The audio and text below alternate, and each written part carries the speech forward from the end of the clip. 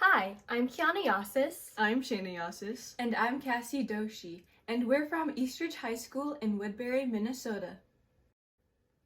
The phrase, "it's okay to not be okay," goes beyond being a cute catchphrase.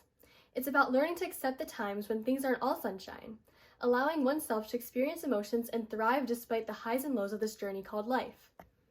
According to the National Institute of Mental Health, 57.8 million people struggle with mental illness in the United States. Unfortunately, due to the stigma of mental health, individuals tend to not seek help or ignore their feelings. As many high schoolers, including ourselves, encounter obstacles that decline our emotional well-being, we decided to highlight and choose the theme of normalizing and prioritizing mental health.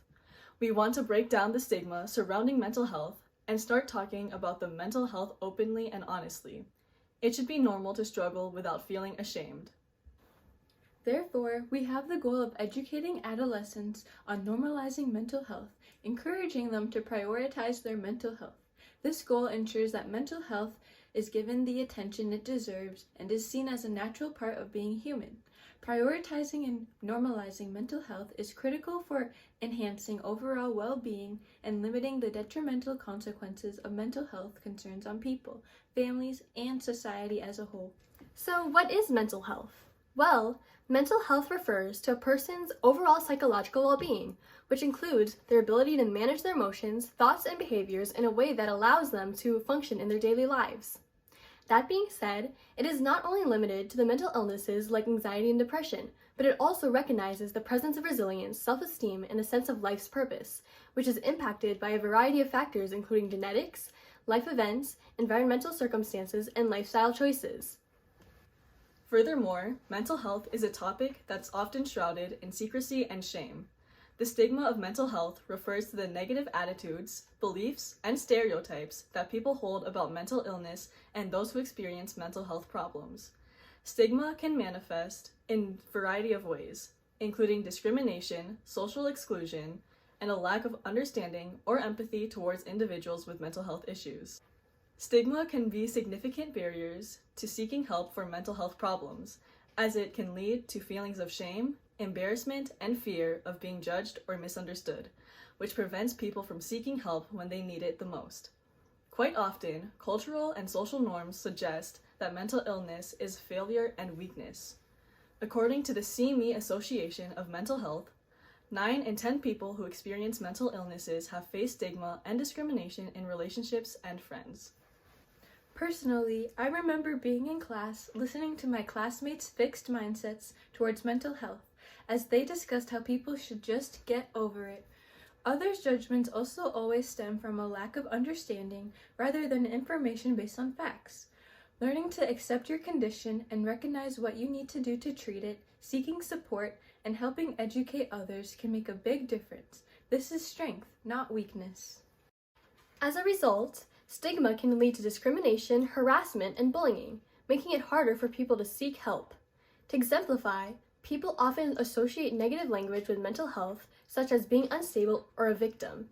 They also get stereotyped as being weak or aggressive. People tell them that the way that they are feeling is made up all in their head. Furthermore, discrimination is also seen in workplaces where coworkers feed into agonism, which enhances the stigmatism of looking down upon others to make themselves feel better. All of these lead to fear and avoidance. Regardless of stigma, it's not always obvious that someone is going through an uphill battle within themselves. In reality, we all have our untold stories. No matter how someone may appear on the outside, we won't always be able to see the emotions they truly feel. Everyone processes and reacts to their situations differently, so we should never be quick to judge based on the front they put out for everyone. Mental health is a complicated and dynamic concept that can exhibit itself in a variety of ways. As a result, identifying issues with mental health in yourself or others may be difficult, but there are typical signs and symptoms to look out for. In yourself, signs of mental health includes, but is not limited to, changes in mood such as sadness, anxiousness, irritability, or anger, difficulty concentrating or focusing, changes in appetite or sleep patterns, loss of interest in activities you used to enjoy, feelings of hopelessness or helplessness, and thoughts of self-harm or suicide, as well as physical symptoms like headaches or stomach aches. Ultimately, recognizing your own mental health is critical for general mental health and well-being. It enables you to detect issues, get support, manage your mental health, and strengthen your relationships with others. To continue, signs of mental health concerns recognized in others may include changes in behavior. One may isolate themselves from others or turn to substance abuse and other addictive behaviors, difficulty coping with everyday tasks and responsibilities, changes in mood, such as feeling sad, anxious, angry, or irritable, changes in sleep patterns or appetite, and talking about death or suicide. Recognizing the mental health of others is essential for developing empathy, providing support, lessening stigma, and boosting relationships. It can contribute to the development of a more supportive culture surrounding mental health and making individuals feel heard and understood in their experiences. If you or someone you know is experiencing any of these symptoms, it may indicate a mental health issue. It's important to seek help and reach out, whether that be through therapists or counselors, utilizing crisis hotlines like 988 or online resources like Talkspace and Wobot, who can provide support and guidance in managing these issues. Although 95% of us say mental health is important, only 26% of people actually prioritize it. Prioritizing mental health is essential for our overall well-being and quality of life, and important in showing that seeking help is a sign of strength, not weakness. In correlation to the stigma of mental health that still runs in society, people ignore their feelings and may prioritize other things over mental health. As a high school student, I tend to prioritize my schoolwork over my mental health. But what people forget is that self-care practices can enhance your productivity and performance in other areas. For instance, as stated by the University of Michigan, people work harder but don't do as well without sleep. This is because sleep plays a large role in your emotional well-being and the consolidation of memories, making it a prime factor for academic performance. Many people don't realize that even the smallest activities and changes in their daily lives can significantly impact their mental health. These small things contribute to reducing stigma as it increases awareness, promoting a better understanding of mental health conditions. Fundamentally, those who put mental health first are challenging the misconceptions and presumptions regarding mental health issues. By being productive and living life, despite the mental health challenges encountered, it assists in rejecting the idea that mental health is actually a barrier to success. Examples to prioritize mental health, which is as listed. Physical activity releases endorphins, which are natural mood escalators, as it creates feelings of pleasure and euphoria to reduce feelings of anxiety, depression, and stress. Social connections, like spending time with friends and family, reduce feelings of isolation and loneliness, boosting self-esteem as it releases hormones like oxytocin, dopamine, and serotonin, which are associated with positive feelings and emotions. These positive social interactions then reduce the activity of the hypothalamic pituitary adrenal axis, which is responsible for response for stress. Mindfulness practices reduce stress hormones, increasing the mood-regulating hormones and promoting feelings of connection and well-being. In spite of that, we created effective activities to combat the stigma of mental health and prioritizing it. Through creating a pre-evaluation and post-evaluation survey, our Positivity Note activity, Read a Struggle, Leave a Struggle event, a 5-day challenge plan, and creating slideshows, we were able to reach adolescents throughout the state of Minnesota, as the majority of our audience is the Eastridge High School student population. More specifically, we were able to present at Eastridge High School's Diversity in STEM Night, which had around 80 attendees, as well as making school morning announcements regarding statistics of mental health and promoting Eastridge's Inclusion Center. In addition, we shared our presentation slides on our personal social media platforms, allowing us to reach around 5,725 teens. Overall, our evaluation tools allowed us to see how much individuals value their mental health prior to activities and events in comparison to after participating in them. To go more in depth, we started our Emotional Well-Being Challenge project with a pre-evaluation Google Form survey. In this survey, we wanted to learn more about people's views regarding mental health. Numerous different beliefs and scenarios are stated in the survey, and the responders would state how much they agreed or disagreed with each statement. In addition, people were asked to rank different topics based on how much they prioritize their mental health, 1 being the most important, while 10 being the least. Out of the 1,371 responses, more than 1/4 ranked mental health as 10, least important. Additionally, we made post-it notes filled with words of positivity and affirmation, like, "You got this," "You're beautiful," and "Don't let anyone dull your sparkle." We placed these post-its on every locker in school, as well as in the hallways to classes. As peers walk by, they are able to read words that make them feel like they belong and support the development of a growth mindset. Reading kind words can lift one's spirit and make them feel happier, more positive, and hopeful. Furthermore, this activity increases a sense of community, which has a powerful impact on people's well-being. One of our most effective activities was read a struggle, leave a struggle. Peers would read a struggle of someone they do not know of, and then after, they would anonymously write a struggle of their own. This struggle would be anything they're dealing with, encouraging them to open up.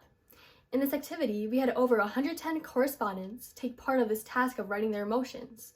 Majority of the responses received involved struggles with self-love, motivation, and relationship problems, whether that be from home, friends, and other peers.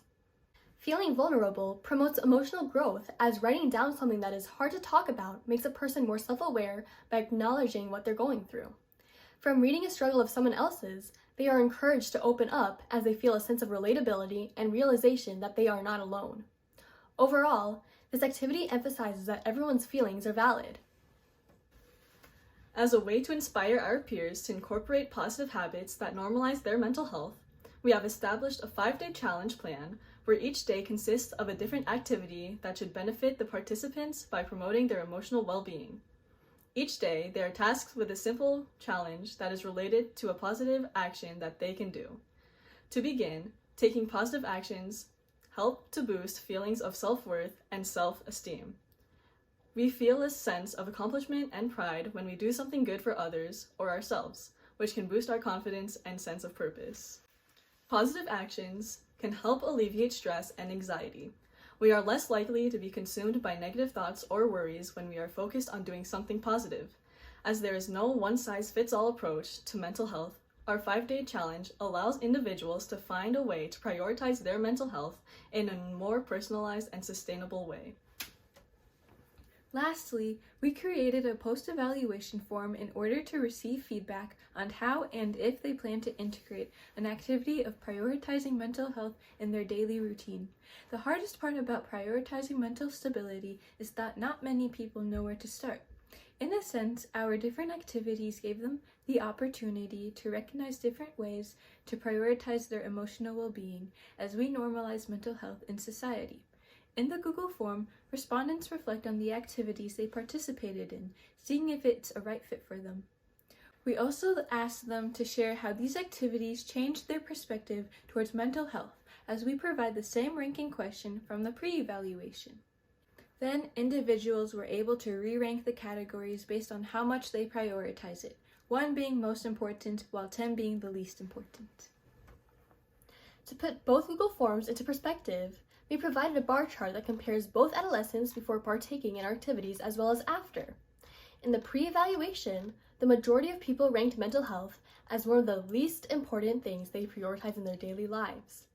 After taking part in our different activities and recognizing why mental health should be normalized and prioritized, people realized that mental health is something that boosts their outlook on life. Based on statistics, more than 95% of the respondents indicated that mental health became something that they now prioritize more.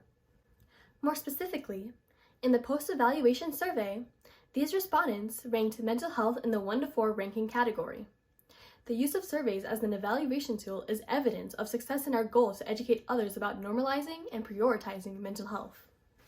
By establishing these various activities to simply spread awareness on mental health, it continues to broaden our perspectives. As high school students, we too tend to overlook our emotional well-being by deeming other tasks, such as education, sports, or other extracurriculars as more important than mental health. According to Mental Health America, research indicates that those who consistently help other people to prioritize their mental health experience less depression, greater calm, fewer pains, and better health. As someone who has personally experienced a mental health crisis, I found that trying to advocate for other people to prioritize their emotional well-being makes me put into perspective of how meaningful doing a simple task for others can positively affect my mindset and make me look forward to each day. As for me, I found that I became more empathetic and compassionate. By putting myself in someone else's shoes and seeing their struggles, I become more understanding and empathetic towards them, making my life more fulfilling. I also benefited from our project as helping others gave me the opportunity to connect with new people and strengthen my relationship with friends. When I help others, I create a deeper connection with them, and I feel a stronger sense of community and belonging.